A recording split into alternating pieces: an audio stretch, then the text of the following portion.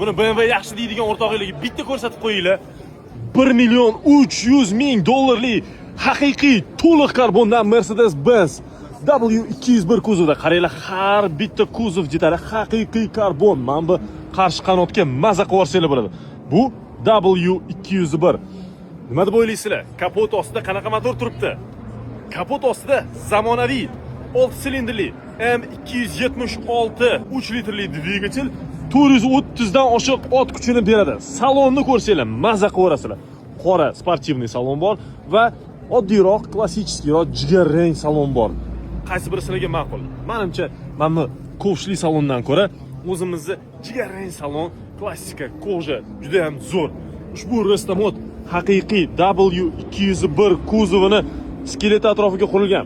Barcha kuzov detallari olib tashalganda, ustiga karbon taqilgan.